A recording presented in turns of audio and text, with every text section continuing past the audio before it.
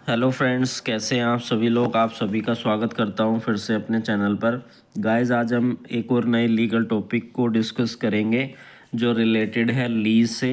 Transfer of property act के अंदर ये एक इम्पोर्टेंट टॉपिक है और जर्नली भी आपको पता होना चाहिए लीज़ किसे कहते हैं, पट्टा किसे कहते हैं।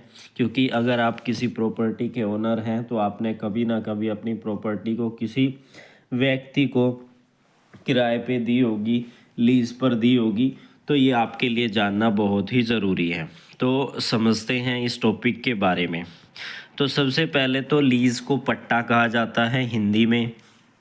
और इससे रिलेटेड जो हमारा लीगल एक्ट है वो रिलेटेड है ट्रांसफ़र ऑफ प्रॉपर्टी एक्ट, जिसे हम शॉर्ट फॉर्म में टीपीए कहते हैं। और इसकी रिलीवेंट सेक्शन है सेक्शन नंबर 105, जो क्या कहती है कि पट्टे का अंतरण है जिसके द्वारा किसी अचल संपत्ति का उपभोग का अधिकार होता है। यानी कि अचल संपत्ति यानी जो इमूवेबल प्रॉपर्टी है उसको उपभोग करने का अधिकार होता है किसी निश्चित समय पर या किसी अनिश्चित समय के लिए, या फिर परमानेंट यानी परपीचुअल रूप में, और किसी मूल्य यानी कि रेंट या प्रीमियम के बदले दिया जाता है। यानी कि मैं अपनी प्रॉपर्टी किसी को लीज़ पर देता हूँ तो उसके बदले मैं उसको उस प्रॉपर्टी को यूज़ करने का उसे अधिकार देता हूँ और उसके बदले एक प्रीमियम या रेंट मैं लेता हूँ। ये है हमारा पट्टा या लीज़। अब बात करें इसके लिए क्या असेंशियल है, क्या आवश्यक तत्व है एक पट्टे या लीज़ के लिए। तो अचल संपत्ति का होना ज़रूरी है, उपभोग का अधिकार होना ज़रूरी है, दो पक्षों का होना ज़रूरी है, जो किराए पर देता है और जो किराए पर लेता है। लीगल टर्म में उसे पट्टादाता या पट्टेदार कहा जाता है, जिसे इंग्लिश में लेसर या लेसी कहते हैं। जो पट्टा देता है उसे लेसर, जो पट्टा लेता है उसे लीजी।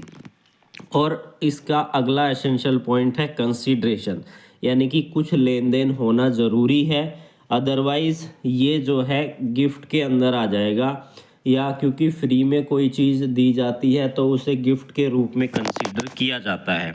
यानी कि किराया, रेंट समय समय पर दिए जाने वाला, या प्रीमियम एक मुक्त राशि, और उसके बाद एक्सेप्टेंस। यानी कि मैं किसी को कोई प्रॉपर्टी रेंट पर दे रहा हूँ, लीज पर दे रहा हूँ, तो वो उसको ले तभी यह पूरा होगा। अगर वो उसे एक्सेप्ट नहीं करता है, स्वीकार नहीं करता है, तो वह लीज नहीं बनती है। बात करें कितने प्रकार की लीज होती है, कितने प्रकार का पट्टा होता है। एक निश्चित अवधि का पट्टा, जैसे 1 वर्ष, 5 वर्ष, 10 वर्ष। उसके बाद है पीरियोडिकली लीज, जैसे कि मासिक यानी कि महीने की होगी या वार्षिक हो गई, धारा 106 इससे डील करता है। या परपीचुअल लीज, यानी कि जब तक पट्टेदार चाहे, यानी जब तक पट्टेदार चाहे तो एक स्थायी रूप से भी लीज होती है। उसके बाद बात करें मोड ऑफ लीज के बारे में, पट्टा कैसे बनाया जा सकता है। तो सेक्शन नंबर 107 ऑफ टीपीए इससे डील करती है कि 1 वर्ष से अधिक या वर्ष किराया वाला पट्टा, जो कि पंजीकृत दस्तावेज आवश्यक होते हैं। दूसरा है 1 वर्ष से कम, जिसमें कि मौखिक समझौते होते हैं या नोटरी साइन डॉक्यूमेंट तैयार होते हैं प्लस कब्जा दिया जाता है। उसके बाद है, अब बात करते हैं क्या राइट है लेसर के, क्या उसकी ड्यूटी है। इसी तरीके से लीजी के क्या राइट और क्या उसकी ड्यूटी है। तो पहले बात करें लेसर के राइट के बारे में। तो किराया प्राप्त करने का उसे अधिकार होता है, अनुबंध के उल्लंघन पर पट्टा समाप्त करने का उसको अधिकार होता है, पट्टा समाप्त होने पर संपत्ति वापस लेने का उसका अधिकार होता है। अब उसकी ड्यूटी क्या है, उसकी ड्यूटी ये है कि संपत्ति का कब्जा वो दे, आवश्यक मरम्मत वो कराए, शांतिपूर्वक उपयोग सुनिश्चित करवाना, ये सारी उसकी ड्यूटी होती है। अब बात करें लेसी के क्या राइट होते हैं। तो लेसी के राइट है संपत्ति का शांतिपूर्ण उपयोग करे, किसी भी तरीके की वहाँ पर झगड़ा वगड़ा ना हो या इलीगली यूज़ उसका नहीं होना चाहिए।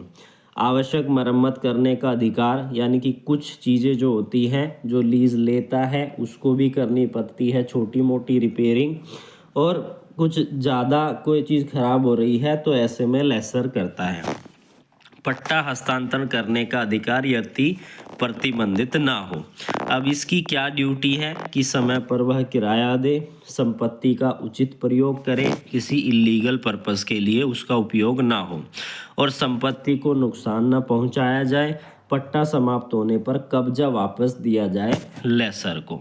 उसके बाद है सबलेट और असाइनमेंट की बात की गई है। पट्टा किसी अन्य को दे सकता है। ये सारी चीज़ें कंडीशन के अंदर होती है, अगर ऐसी कंडीशन ऐड की गई है, अगर नहीं की गई है तो ऐसा नहीं होगा।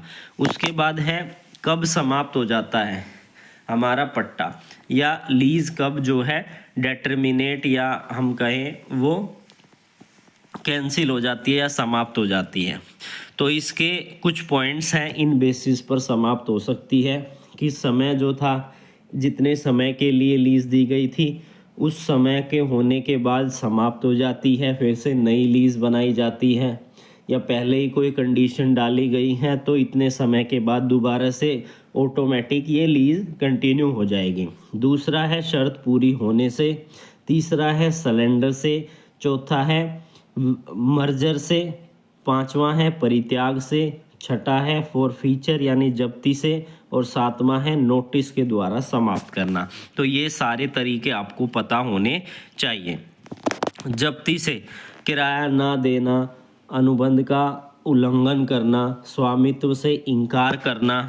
उसके बाद है नोटिस, यानी कि 15 दिन का नोटिस देकर ये जो है लीज़ ख़त्म कर दी जाएगी, ये क्लोज उसमें डाल दिया गया, या 6 महीने का नोटिस देकर लीज़ को जो है समाप्त कर दिया जाएगा। दोनों पार्टी ऐसा कर सकती हैं। तो ये था हमारा आज का टॉपिक जिसमें हमने लीज़ के बारे में समझा और इसके लीगल पॉइंट्स क्या क्या हैं जो आपको पता होने चाहिए। फिर मिलेंगे नई वीडियो में, तब तक के लिए धन्यवाद।